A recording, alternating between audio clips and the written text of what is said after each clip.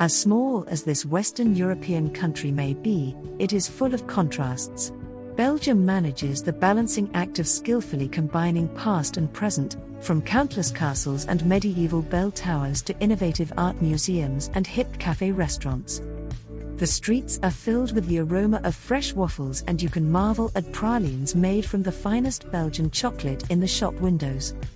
Moules frites, mussels with French fries, the country's national dish, are steaming on the plates. If you have had enough of the culinary delights, world-famous museums and art galleries, you can discover numerous castles and explore impressive caves in the valleys. The inviting hilly landscape offers a variety of activities, so you will certainly not be bored during your vacation. The pretty villages are also home to a wealth of UNESCO World Heritage Sites. Experience the international capital of Brussels with everything to delight culture vultures, or take a trip to romantic Bruges, affectionately known as the Venice of the North. Those who love beach vacations should not miss the sandy beaches in the north of the country, while active vacationers are in good hands in the south.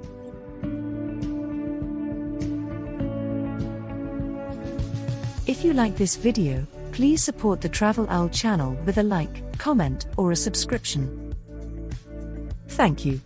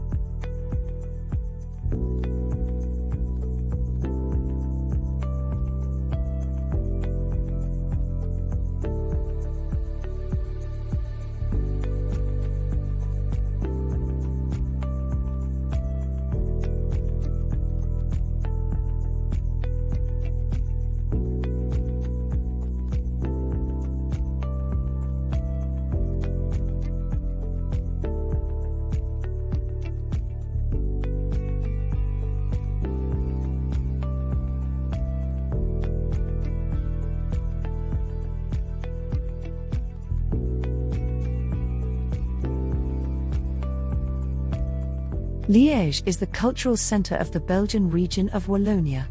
This is also demonstrated by the numerous museums, the opera, the theatre and other cultural institutions. As one of the oldest industrial areas in Europe, it extends beyond the city limits in the Meuse Valley. Liège, the birthplace of Charlemagne, has also been the capital of a prince-bishopric since the 10th century. This bishopric was an independent state for 8 centuries. Thanks to the organization of the guilds, the people of Liège played an important role alongside the nobility and the clergy, and Liège has been endowed with urban liberties since the 11th century. It was also in the 11th century that Liège was given the name Athens of the North because of its prestige and the charisma of its ecclesiastical schools. There are some beautiful churches to visit in and around Liège. The former collegiate church of Saint Barthélemy was built outside the city walls. With its 2 twin towers, built in the style of the Rhineland, it is a typical example of the Ottonian style. This church is rightly described as one of the 7 wonders of Belgium. Other sites include the Prince Bishop's Palace, the University Building from 1962, and the Hôtel de Ville, the town hall from the 18th century.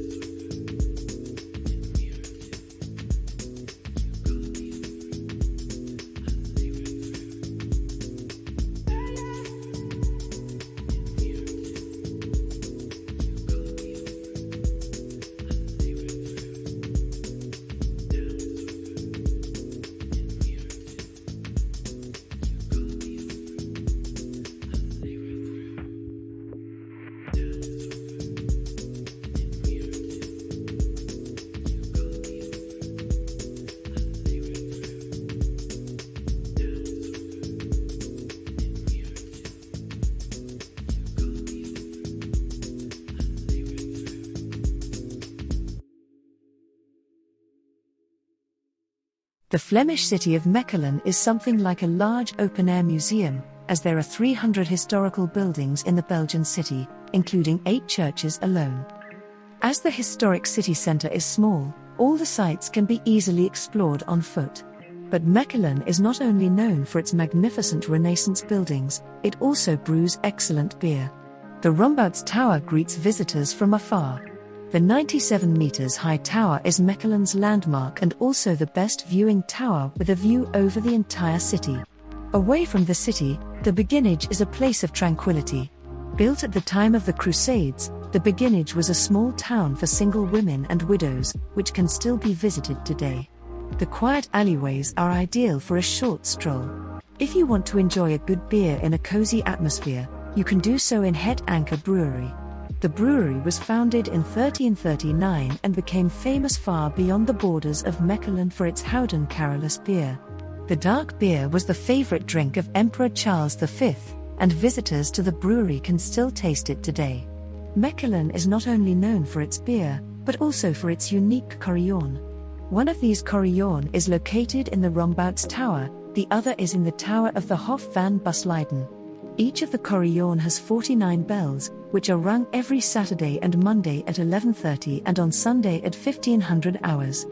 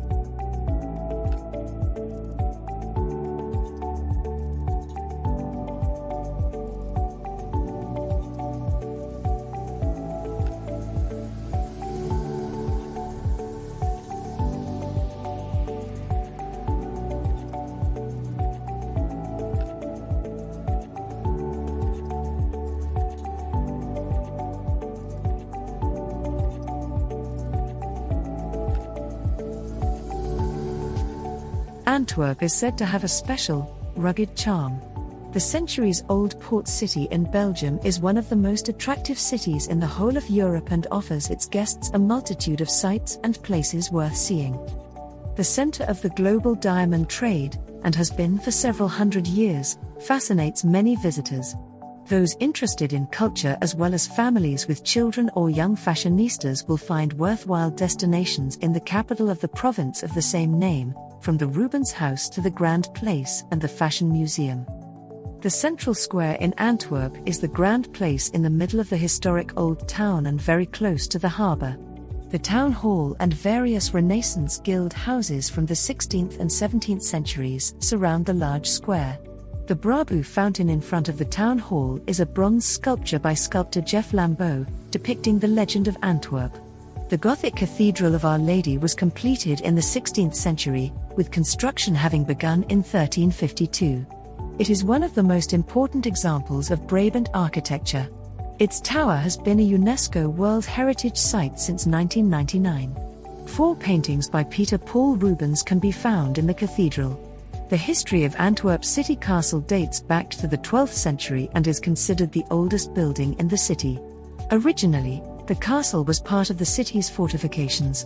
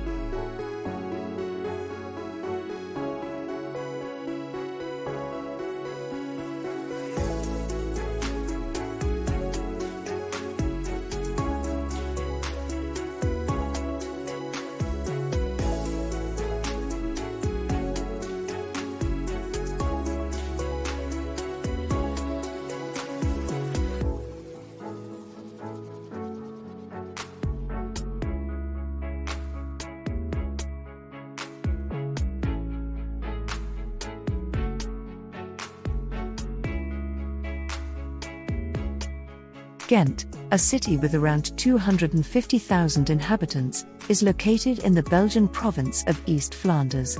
Ghent is not only the capital of the province, but also of the so-called arrondissement. Ghent is best known for its cloth trade, which flourished here in the Middle Ages. Ghent earned the title the Proud City because it fought for urban freedom. Another title is City of Flowers, as it is located in an extensive area with flower and plant nurseries. Celtic settlements at the confluence of the Scheldt and Lea rivers formed the basis for the present-day city.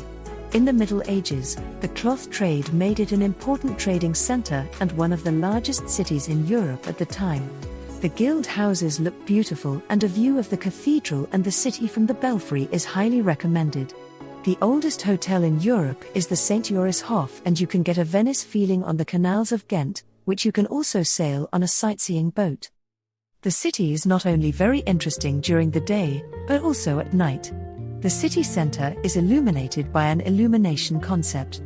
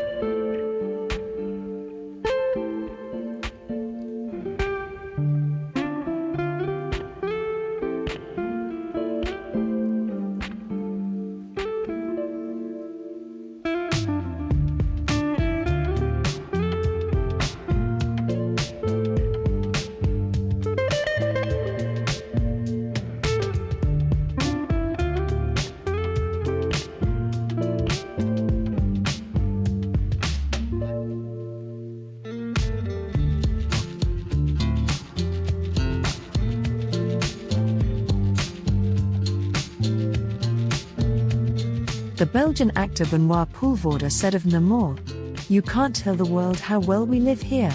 Otherwise everyone will come and want to settle here." If you're curious to find out what makes the city of Namur at the confluence of the Meuse and Sambre rivers so special, then you've come to the right place.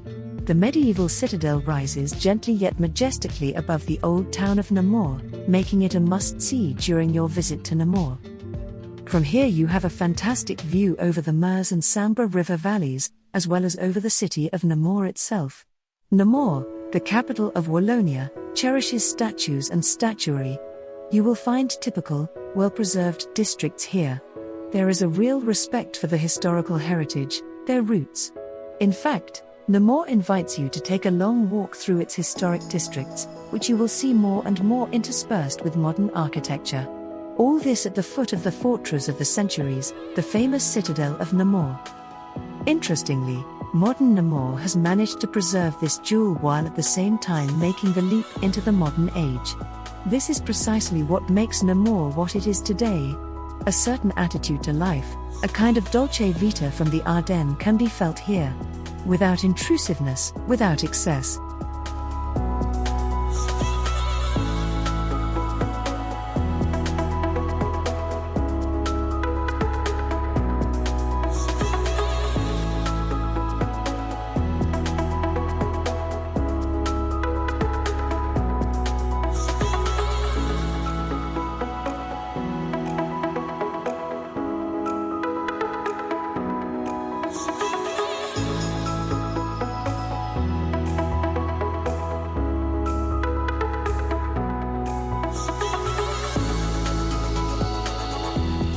The city of Ostend is the largest along the Belgian North Sea coast and is the center of the entire region.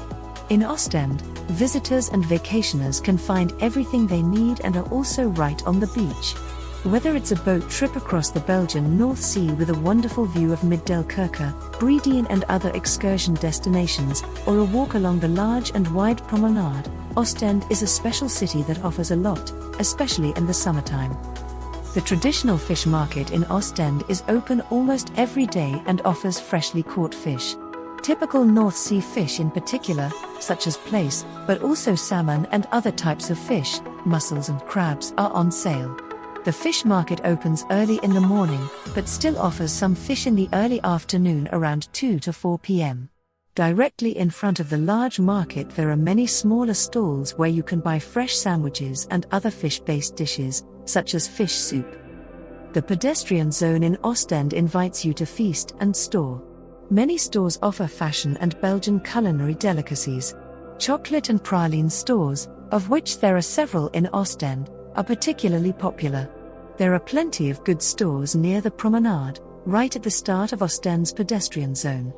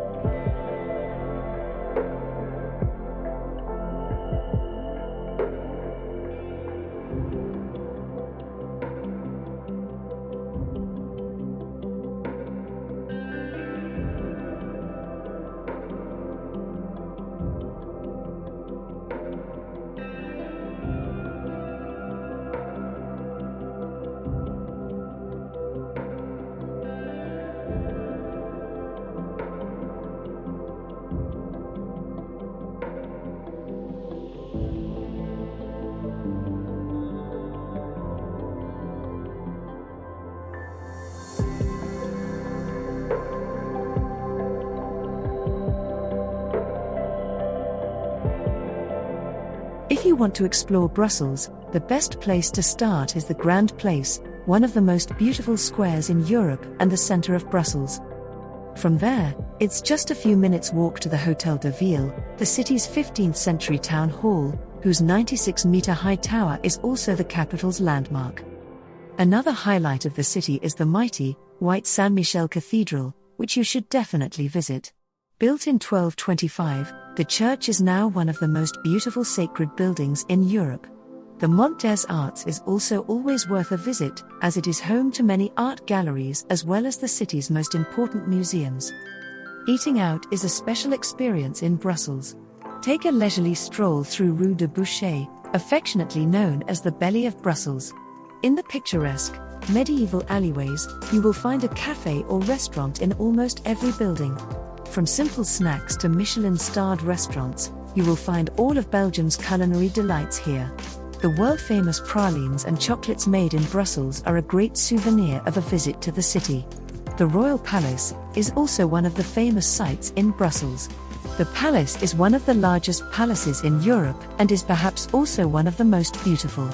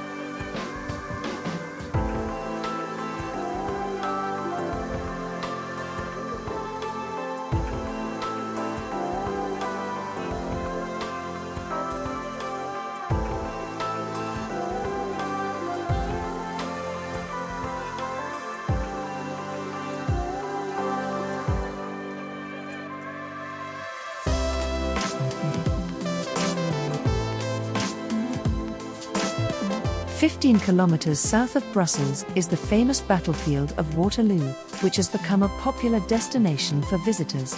The best place to start your tour of this historically significant site and its surroundings is the visitor centre. There, the Battle of June 18, 1815 is illuminated once again in an elaborate production. The strategies and movements of the armies are presented so that you can follow the course of the battle. From the visitor centre, the path continues to the Lion Hill. The artificial hill was created between 1823 and 1826 from more than 290,000 cubic meters of earth. The spot where the Prince of Orange and later King of the Netherlands was wounded was chosen. Once you have climbed the 226 steps to the top, you are rewarded with a magnificent view over the battlefield. At a height of 40 meters, at the top of the mountain, a lion is enthroned, proclaiming the peace that Europe fought for at the Battle of Waterloo.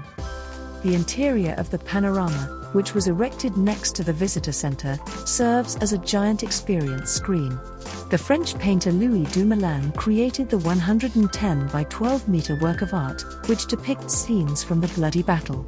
In addition, cannon fire can be heard, the crossing of sabre blades, the shouts of infantrymen and bugles sounding the call to attack, giving visitors the feeling that they are standing in the middle of the battlefield.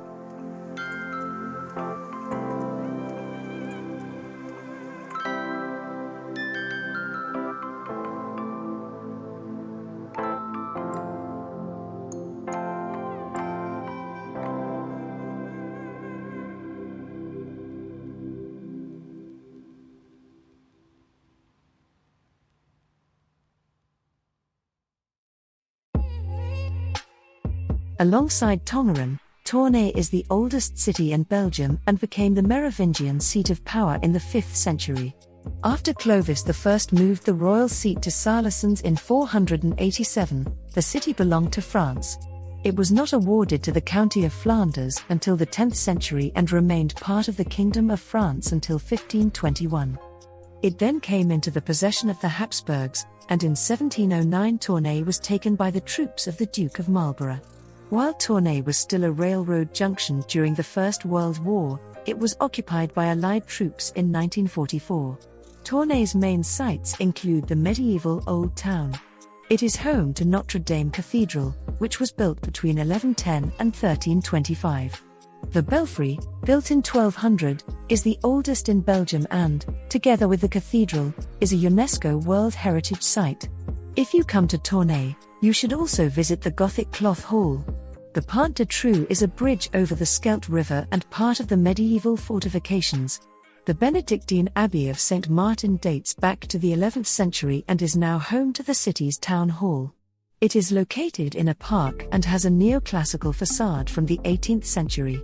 The Romanesque crypt from the 12th century rounds off the range of historical sites in Tournai, but if you stroll through the city, you will find many more beautiful places and buildings.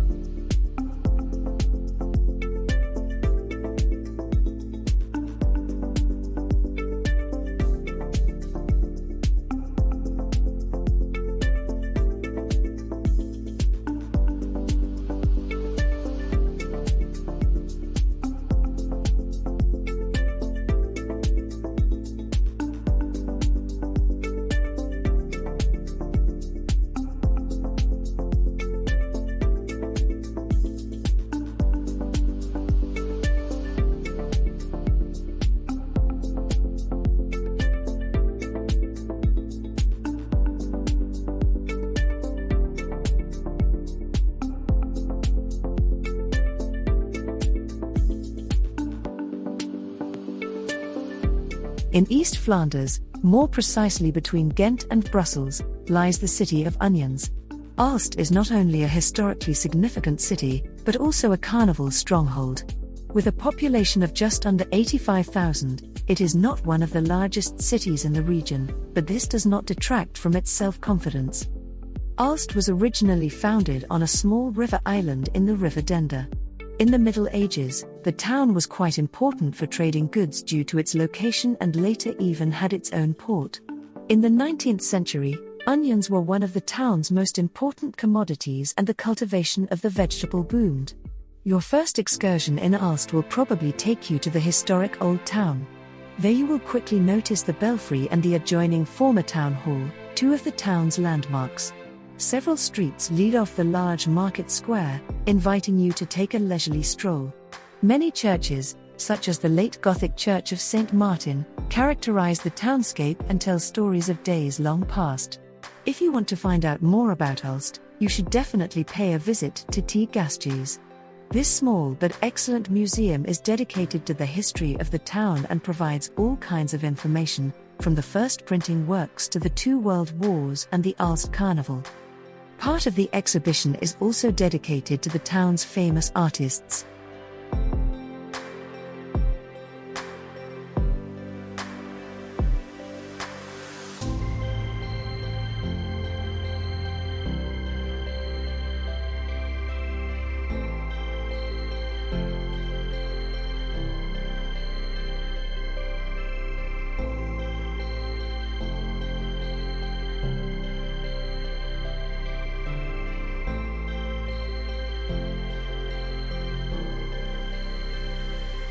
Dinant is known for its picturesque landscape and numerous sites.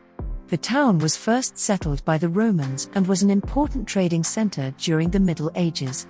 Dinant was badly damaged during the First World War, but the town was later rebuilt.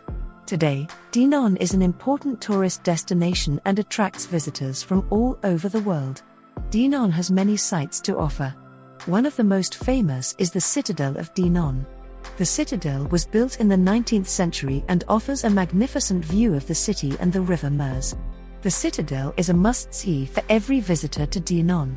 Another highlight of Dinant is the Collégiale Notre-Dame de Dinant. This church was built in the 13th century and is a masterpiece of Gothic architecture. The church also houses a collection of works of art, including statues and paintings. For nature lovers, Dinant offers the Furfous Nature Park. The park offers many hiking trails and is a great place to enjoy nature. There are also remains of a Roman settlement and a medieval castle in the park. Dinant also has a rich culture. One of the most famous cultural events in Dinant is the Coupe Internationale de la Meuse festival. This festival takes place every summer and brings together musicians from all over the world.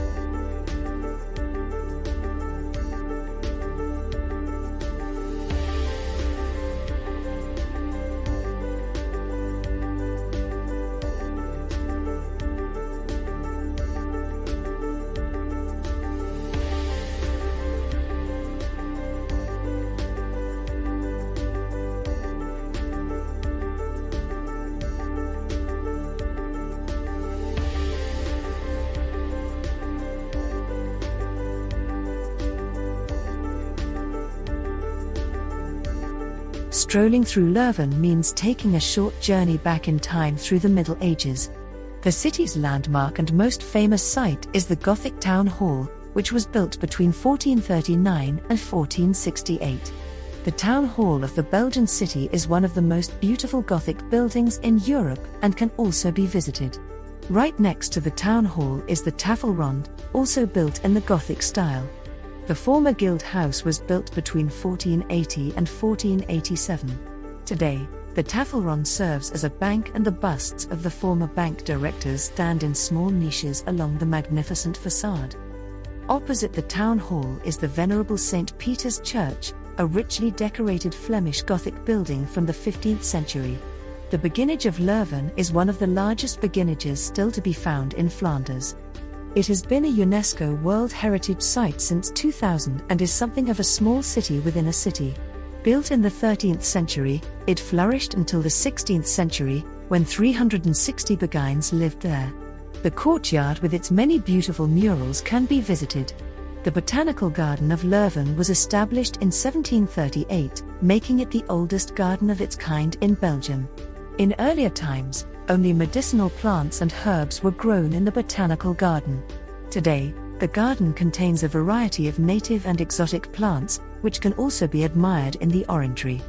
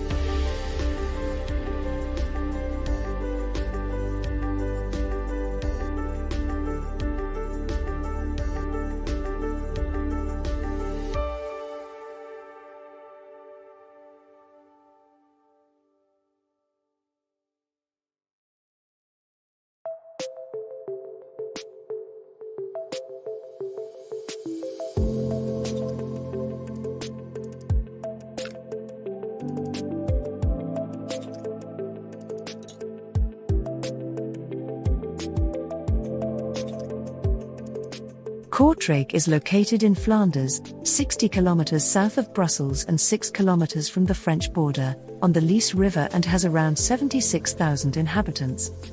The city has an eventful history and is known in Belgium as the City of the Golden Spurs, named after the successful battle against the French in 1302. The Battle of the Golden Spurs was the beginning of the Flemish liberation struggle and is still commemorated today. Kortrijk is a city with many cultural and historical sites. There are around 200 listed buildings and monuments, 2 of which are even recognized as UNESCO World Heritage Sites, the medieval Belfort and the 17th century beguinage with the St. Matthias Chapel from 1464. There are also around 100 valuable facades.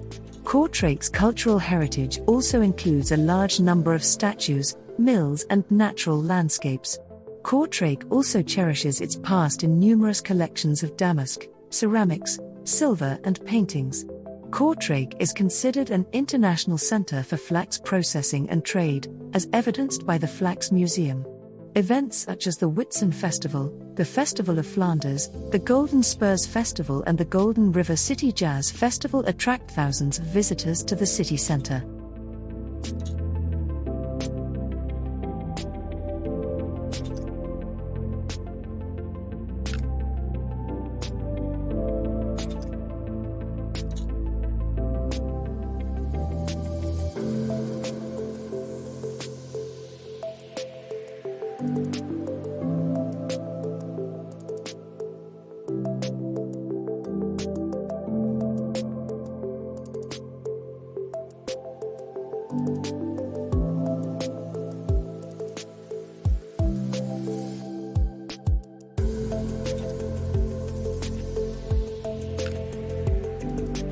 Liège, located in the province of Antwerp in Flanders, is a hidden gem that captivates visitors with its medieval charm and well-preserved architecture.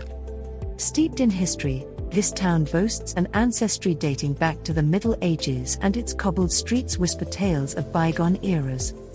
Liège's historical significance is reflected in its well-maintained landmarks, inviting travelers to step back in time and immerse themselves in the city's cultural narrative.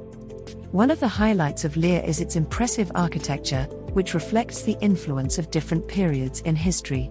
The UNESCO-listed Belfry of Liège stands tall as a testament to the city's medieval past and offers panoramic views of the surrounding countryside.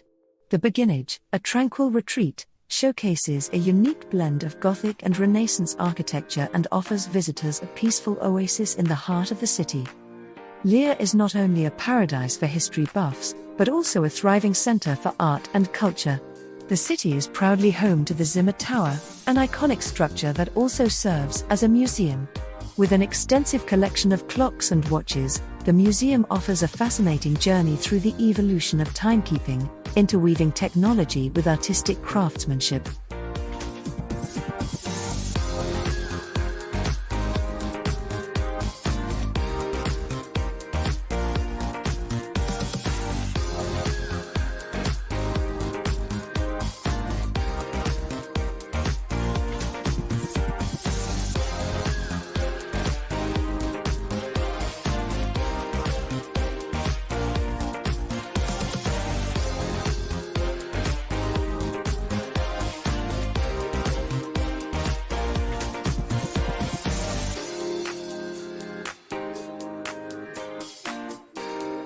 Mons, which was European Capital of Culture in 2015, has around 100,000 inhabitants and is located in Wallonia near the French border. It dates back to a fort that Caesar had built here during the war against the Gauls. The town later grew around a monastery, followed by a fortified castle that still exists today. Today you can still see an extraordinary amount of this history. For example, the Baroque belfry from 1661, which is the town's landmark, or the even older town hall from 1440. In addition, museums such as a ceramics museum, one for pendulum clocks, and the Musée des Beaux-Arts offer something for both the brain and the sense of art. The Vincent van Gogh House is also located within the city limits.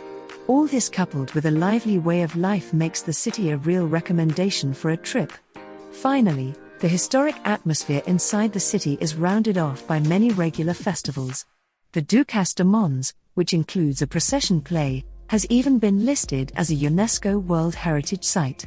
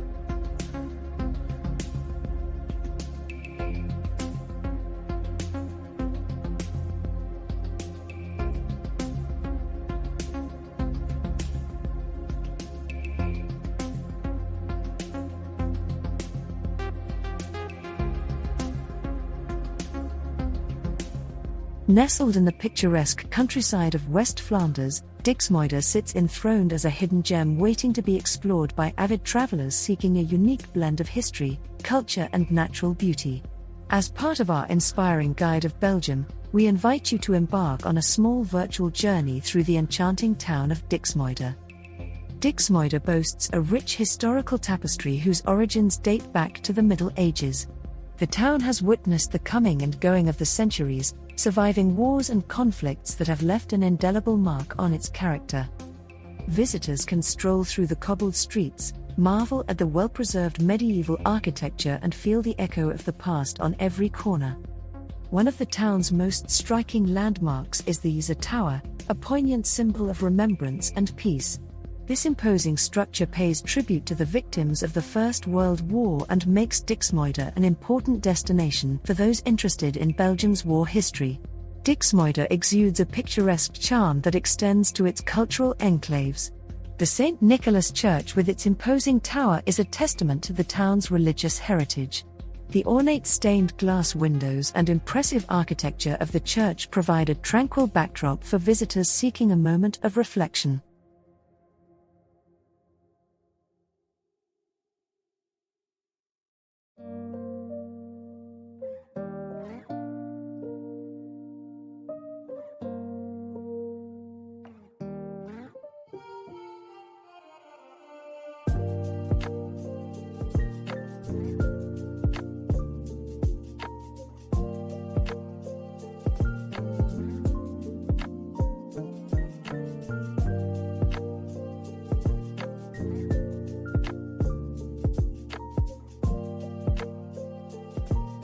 Ypres is a city with a rich history whose roots go back to the Middle Ages. Nestled in the West Flanders region, Ypres has weathered the tides of the centuries and witnessed the rise and fall of empires, wars, and the resilience of its inhabitants. The city's medieval architecture bears witness to its enduring spirit and offers a captivating glimpse into the past. You can't explore Ypres without encountering the indelible traces of the First World War. The city witnessed some of the most poignant moments of the Great War, with the famous Battle of Ypres etching its name in the annals of history. Today, the remains of trenches, war memorials, and the oppressive Menin Gates stand as solemn memorials to the victims of this turbulent time. Ypres is not just a city frozen in time, it is a living, breathing testimony to Belgium's cultural wealth. The Cloth House, a UNESCO World Heritage Site, rises majestically as an architectural wonder, showcasing the splendor of the medieval era. The accompanying belfry offers a panoramic view of the city and invites visitors to gaze upon a landscape that seamlessly interweaves past and present.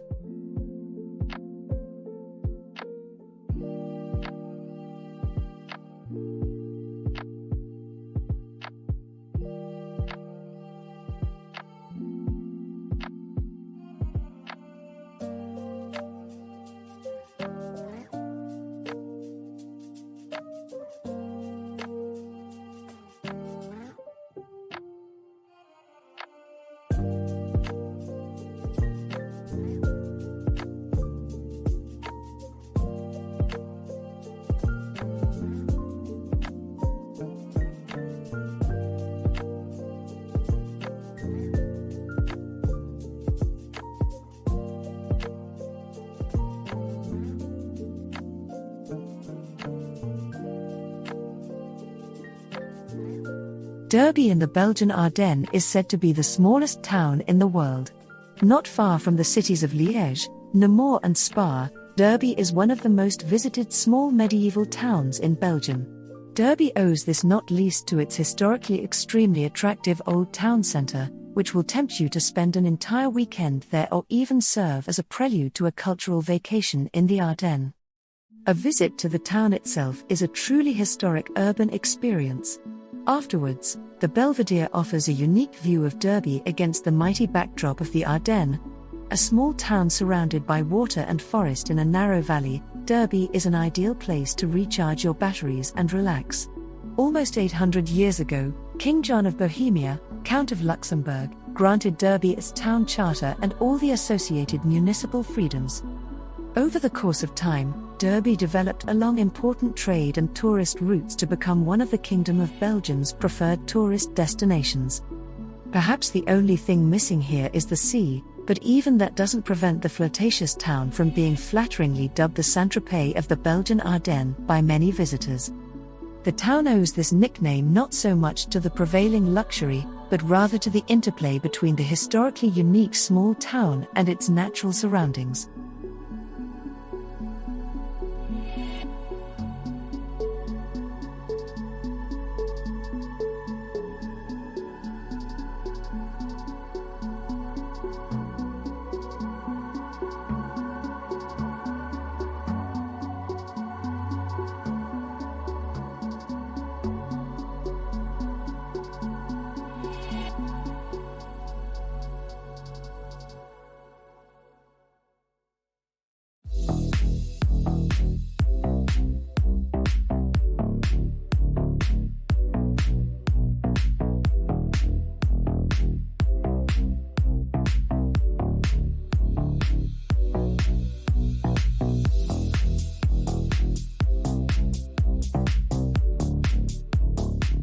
May we introduce you to a pearl of nature? In the middle of Belgium, about 16 kilometers south of Brussels, lies the Hallerbos. The Hallerbos, like the Zonian forest, used to be part of the huge coal forest. This coal forest stretched from the Sambre, Meuse and Scheldt to the Somme and Oise. From Roman times onwards, this forest became smaller and smaller as people needed more and more land for agriculture and livestock farming. In the 13th century, only a few small pieces remained, including the Hallerbos and the Zonian forest. Enough history. The Hallerbos has its own blue wonder. In spring, many people come to visit the forest and especially to enjoy the beautiful blue hyacinths. In April to May there really is a blue carpet in the forest and the flowers spread a wonderful scent. You must visit the Hallerbos at the end of April, beginning of May.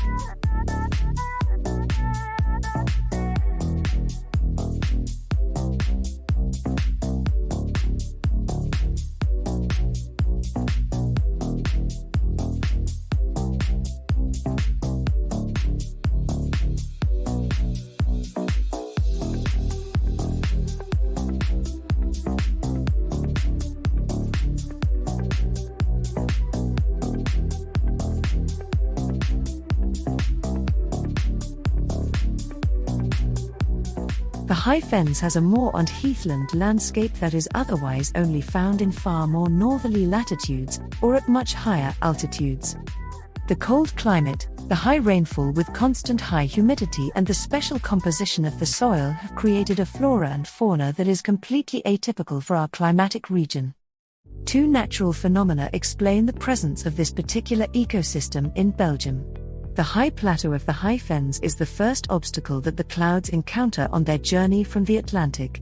This results in above-average precipitation of over 1,400 millimeters of rain per year and square meter. The second phenomenon is the impermeability of the rock, which prevents precipitation from seeping into the depths. These conditions favor the development of wetlands such as moors and swamps. 1,000 years ago, deciduous forest, beech, alder, birch, oak, etc., covered most of the high plateau. Only here and there were a few areas of non-forested moorland. Human use of the area began in the Middle Ages. This completely disrupted the habitat. Deforestation, grazing, agricultural crops and peat cutting gradually transformed the deciduous forest into an extensive heathland. In the 19th century, the introduction of spruce brought a new upheaval due to the intensive drainage it required. In the 20th century, it was tourism that introduced a different way of using the plateau.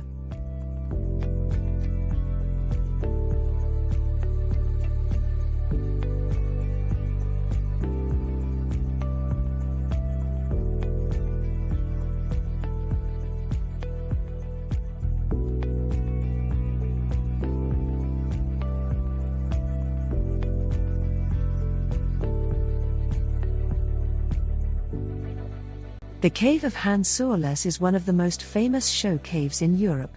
It is located in Han-sur-Lesse, which belongs to the municipality of Rochefort, approximately 60 kilometers east of Brussels, on the river Lesse in the Ardennes. In Ice Age Europe, the Lesse initially flowed around the Boyne Massif. At some point, the river disappeared into a hole, the Gouffre de Bellevaux, named after a neighboring village of Han-sur-Lesse, and only reappeared on the other side of the mountain. From then on, it flowed through the cave that is now the region's main attraction. The first boat trip into the rear part of the cave is said to have taken place in 1771. After the large cave rooms were discovered between 1814 and 1817, the first cave plan was drawn in 1822. The cave was opened up for tourism in 1857. By 1912, 80,000 visitors a year were already coming here. The caves and cave paths are illuminated with LED lights. This illumination brings out the natural color of the cave and the beauty of the stalactites. From the end of the Neolithic age to modern times, the first few meters of the grotto have served as a shelter and refuge for people. The so-called Dome of Light, the domed hall, is a cave the size of a cathedral, 62 meters high and 145 meters wide on the diagonal. In the second largest hall of the caves, the Hall of Weapons, 100 meters underground, you come across the Lesse again.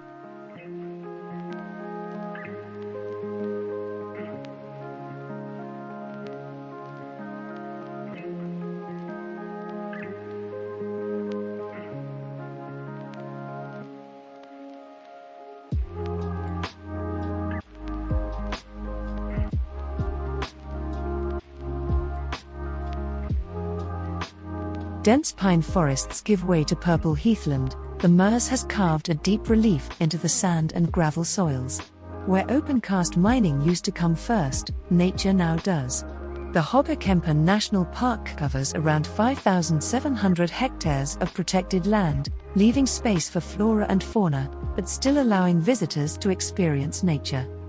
The best way to do this is by bike, in hiking boots or on horseback. 140 kilometers of bridleways and bridle paths crisscross the national park, many of which are unpaved. Those who prefer to walk on their own feet should opt for one of the many hiking areas. In the connectora, you can still get a sense of the extent of the Ostend coal mine, but nature is reclaiming it piece by piece. In Petersheim, for example, hikers roam through tranquil forests and past fascinating moorland landscapes.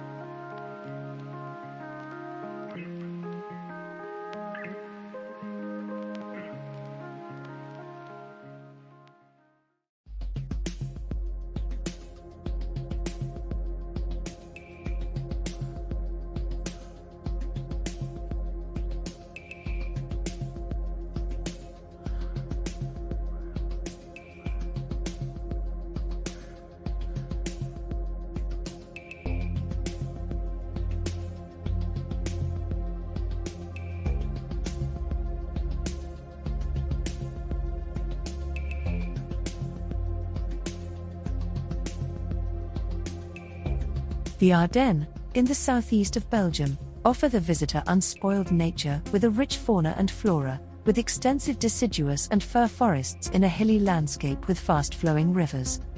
There are also many hiking opportunities through numerous picturesque villages in the many valleys, where traditions and folklore still live on and where the typical crafts of the region can be admired.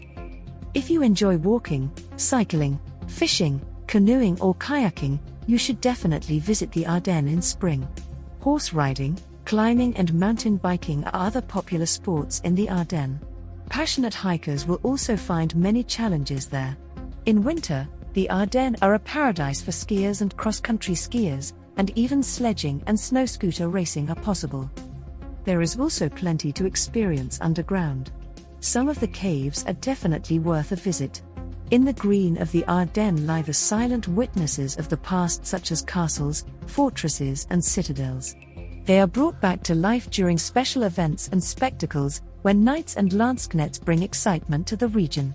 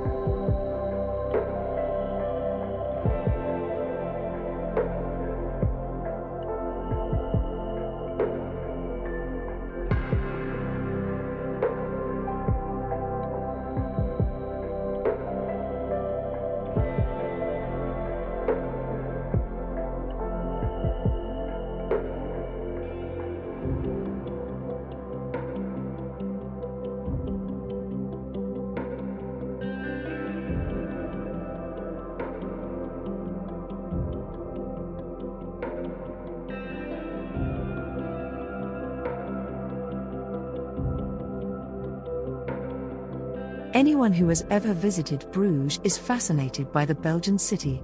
In 2000, the old town of Bruges was declared a World Heritage Site. On a walk through the Flemish city, you often feel like you're back in a bygone era. It almost seems as if time has stood still in the Middle Ages in Bruges. Bruges, with its many beautiful old houses, narrow and winding streets, steep staircases and tiny stores, is a unique medieval jewel. As you stroll through the listed old town, be sure to take a break in one of the many small cafes and watch the hustle and bustle of the old town. Here you can watch tourists from all over the world as they stroll through medieval Bruges in amazement. If you like pralines and chocolate, Bruges is a real land of milk and honey for you. Unique chocolate and praline specialties can be found all over the Belgian city. If you want to know more about the history of chocolate, visit the Bruges Chocolate Museum. Bruges is also very interesting for shoppers. Everywhere in the old town you will find small stores offering all kinds of interesting things.